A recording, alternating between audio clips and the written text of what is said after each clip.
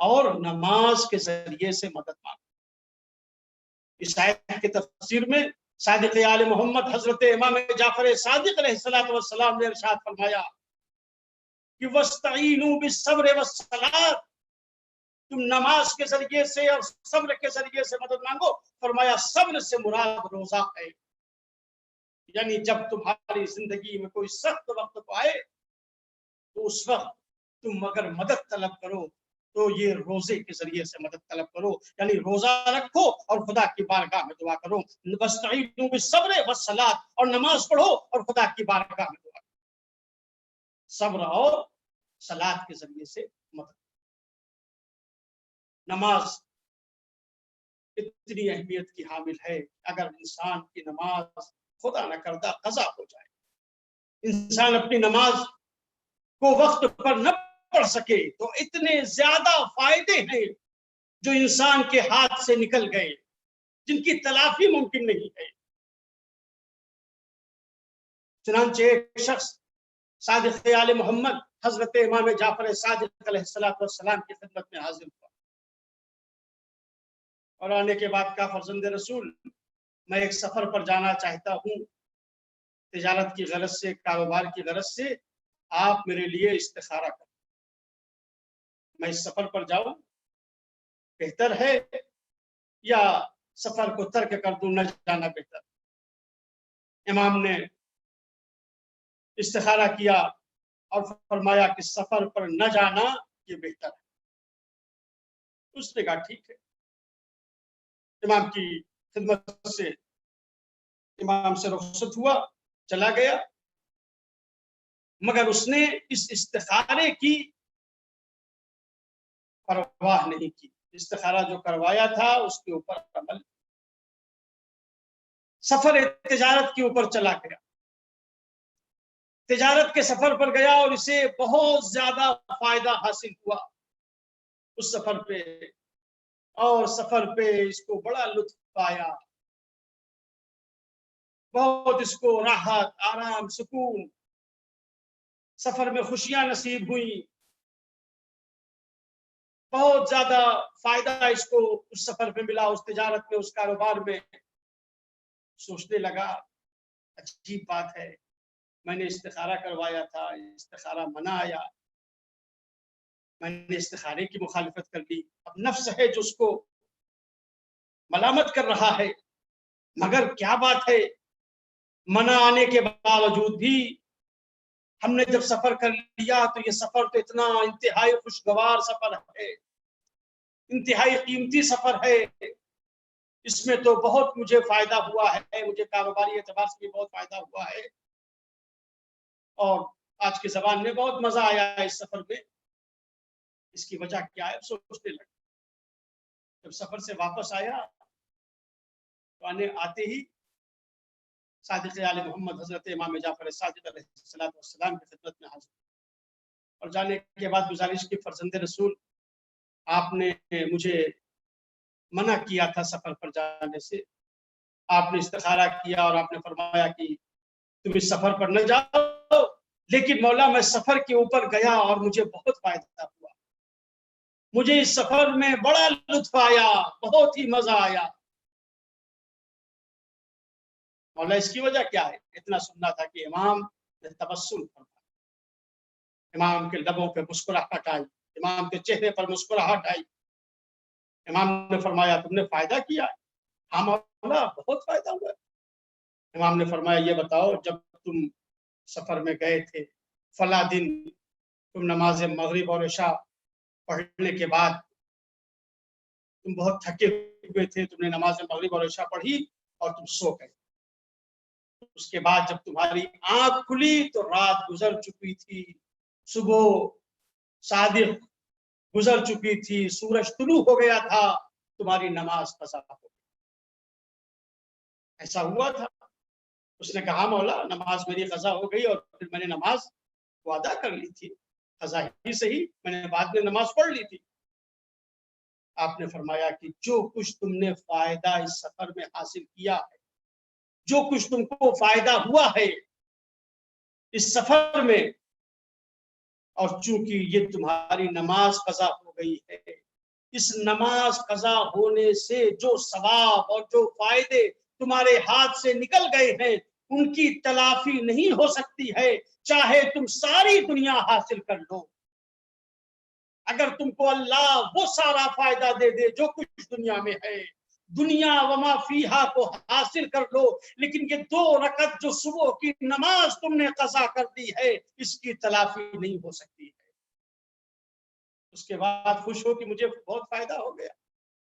عزیزو، غور کریں، ایک لمحے کے لیے سوچے، یہ ایک وقت کی نماز قضا ہو گئی، وہ بھی بندے خدا نے جان بوجھ کے نہیں قضا کی ہے، سوتا رہ گیا، بظاہر سوتا رہ گیا اور نماز قضا ہو گئی، یعنی بظاہر گنہگار بھی نہیں ہے۔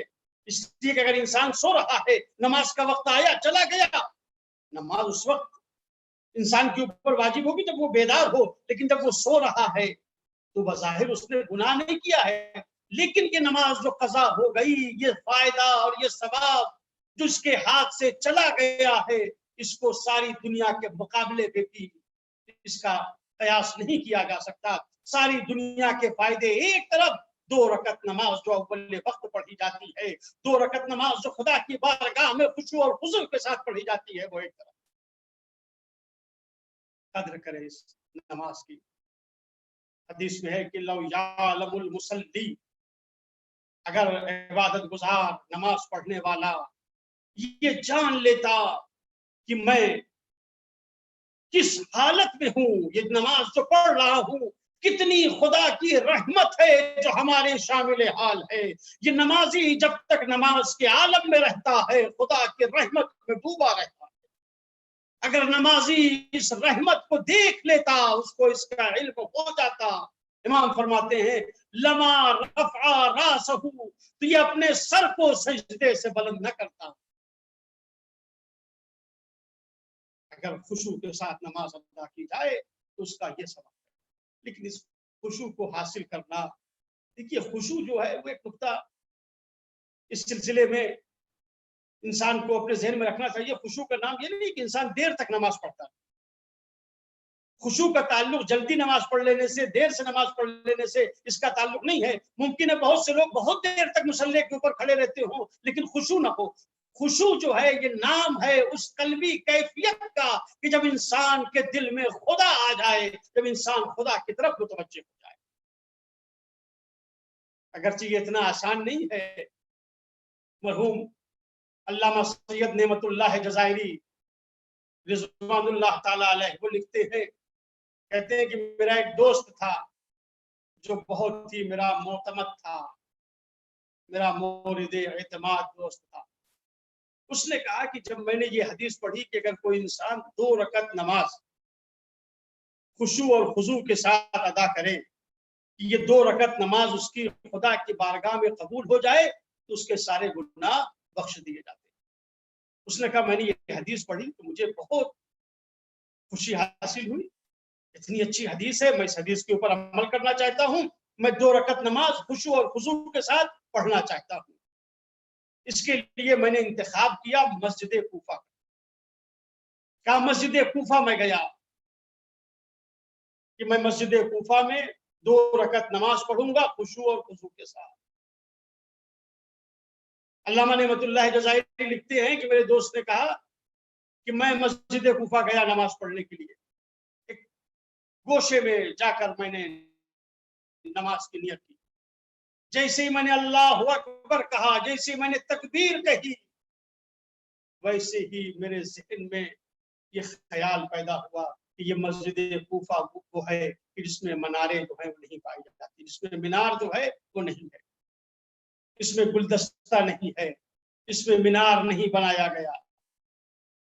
اتنی بڑی مسجد ہے، اتنی عالی شان مسجد ہے، مگر اس میں مینار کی ضرورت ہے۔ اب میں سوچنے لگا کہ اگر کوئی آدمی مینار بنانا چاہے تو اس میں کتنا خرچ ہو۔ اچھا اگر بنانا چاہے تو اینٹ کہاں سے لائے گا، پتھر کہاں سے لائے گا، سیمنٹ کہاں سے لائے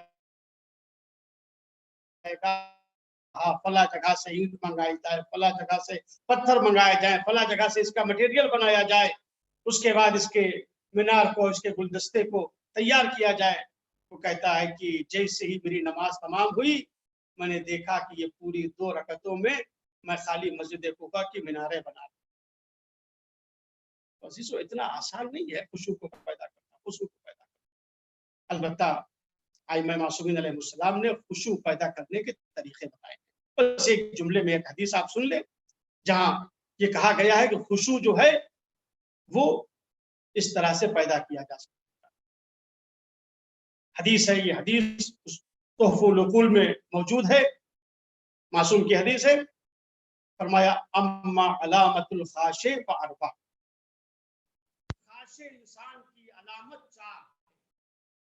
اگر خشوع پیدا کرنا چاہتے ہو تو اس کے 4 طریقے ہیں۔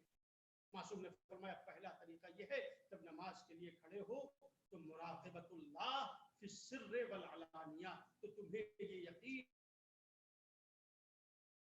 ہونا چاہیے کہ پروردگار جو ہے وہ ہمیں دیکھ رہا ہے، چاہے تم تنہائی میں نماز پڑھ رہے ہو اور چاہے تم لوگوں کے سامنے نماز پڑھ رہے ہو۔ مراقبۃ اللہ فی السر والعلانیہ دوسری صفت کے بیان کی گئی ہے، دوسرا طریقہ یہ بیان کیا گیا ہے خشوع کو پیدا کرنے کا، التفکر لیوم القیامہ، نماز کے لیے جب کھڑے ہو تو اس سے پہلے تم قیامت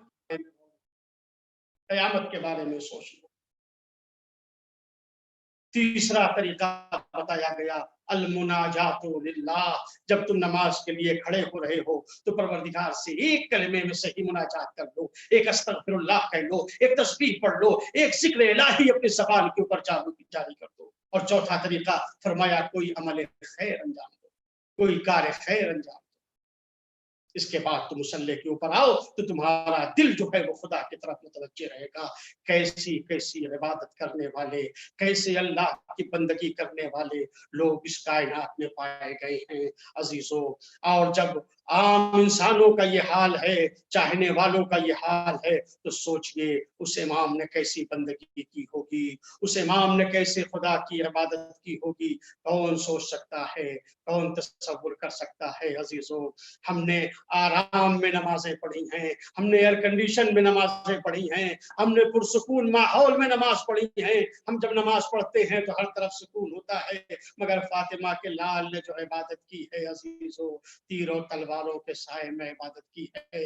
فاطمہ کے لال نے جو عبادت کی ہے، اپنے جوان بیٹے کے لاشے کو اٹھانے کے بعد عبادت کی ہے، اپنے بھائی کے کٹے ہوئے بازوؤں کو اٹھانے کے بعد عبادت کی ہے، اپنے علی اصغر کے گلے پر ہرملا کا تیر دیکھنے کے بعد عبادت کی ہے۔ ساری دنیا یہ دیکھ رہی تھی کہ اب زہرا کا لال کون سا عمل انجام دے گا۔ زہرا کے لال نے اپنے جوان کو بھی قربان کر دیا، اپنے بھائی کو بھی قربان کر دیا، اپنے چاہنے والوں کو بھی قربان کر دیا، 6 مہینے کے بچے کو بھی حسین نے قربان کر دیا ہے۔ اب حسین کے پاس تو کچھ نہیں ہے، اب دیکھیں حسین کون سا عمل انجام دیتے ہیں۔ مگر دیکھنے والوں نے دیکھا کہ جب حسین پشت فرس سے زمین کے اوپر آئے، اپنی پیشانی کو خاک کربلا پہ رکھ دیا، آواز دی سبحان ربی العالی و بحمدہ۔ اے دنیا والوں پہچانو حسین نے آخری وقت بھی اپنا سر سجدہ معبود میں رکھا۔ پروردگار ہماری اس قربانی کو قبول کر لے۔ ادھر حسین کا سر سجدہ معبود میں، ادھر شمر کا خنجر چلا، حسین کا سوکھا گلا کٹا، فضائے کربلا میں آواز گونجی، اللہ قتل الحسین بکربلا، اللہ ذبح الحسین بکربلا۔ نبی کا نواسا مارا گیا، زہرا کا لال شہید کر دیا گیا۔ سیعلم الذین ظلموا ای منقلب ینقلبون، انا للہ و انا الیہ راجعون۔ الہی بحق زہرا و ابیہا و بالہا و بنیہا ہماری اس عزا کو اپنی بارگاہ میں قبول فرما۔ یا اللہ تجھے واسطہ ہے محمد اور آل محمد کا، جتنے بھی لوگ اس مجلس کو سن رہے تھے پروردگار ان سب کی عبادتوں کو اپنی بارگاہ میں قبول فرما۔ یا اللہ ان سب کی دعاؤں کو مستجاب فرما۔ یا اللہ تجھے واسطہ ہے محمد اور آل محمد کا، دنیا میں جہاں جہاں اہل بیت اطہار کے چاہنے والے موجود ہیں، سب کی جان مال عزت آبرو ناموس کے حفاظت فرما۔ یا اللہ ہم سب کو خشوع اور خضوع کے ساتھ نماز پڑھنے کی توفیق عطا فرما۔ یا اللہ ہمارے دوستوں کی مغفرت فرما۔ یا اللہ ہمارے والدین کی مغفرت فرما، اتباعت عالیات کی حفاظت فرما، پرچم اسلام کو سر بلند فرما، پرچم کفر و شرک کو سر نگوں فرما۔ امام زمانہ کے ظہور میں تعجیل